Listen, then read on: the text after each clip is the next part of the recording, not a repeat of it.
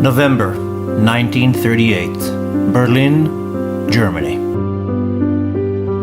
Lived a man who was very blessed. He had a wonderful wife, 3 healthy children, a very successful business. He was very rich. He lived in a beautiful home, drove a luxurious convertible car, owned a summer home with maids and a cook.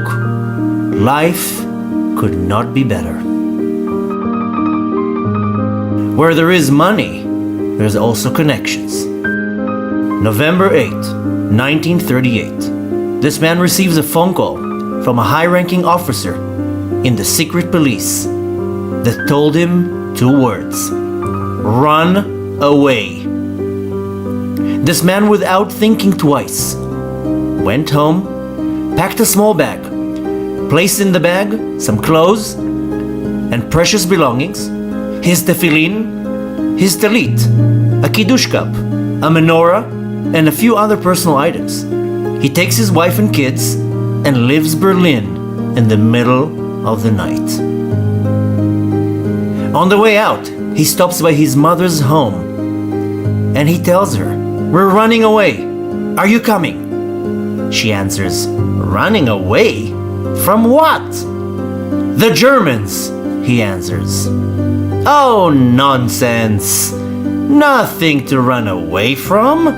We are safe here. This is our home, our country. Nothing is going to happen to us," answers the mother. He hugs his mother, knowing he will never see her again, and he takes off. The next day, November 9th, 1938, Kristallnacht breaks out, and in most German cities, the Jews are being attacked. Borders are closed, no one can leave, and from there, it's a matter of a few months before the Holocaust begins. From Berlin to Denmark, from Denmark to England, from England to Canada, attempting to find refuge. They were denied entrance from all countries, ending up in Australia. From living the life of a multimillionaire, wearing the finest suits, living in luxury, wining and dining, enjoying the high life, this man now finds himself a schlepper, a mover, working day and night for minimum wage to support his family. His 2 teenager girls go from having private tutoring, private ballet teachers, a maid and a chef, are now sewing buttons in a clothing plant. This man lost everything in one night, but didn't lose what was most important, his life.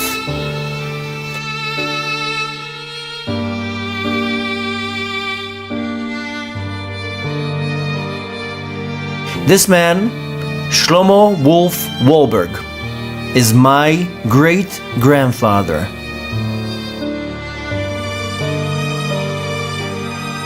While a few thousand realized the harsh reality they were soon to face, many others chose to live in denial, although they were warned again and again.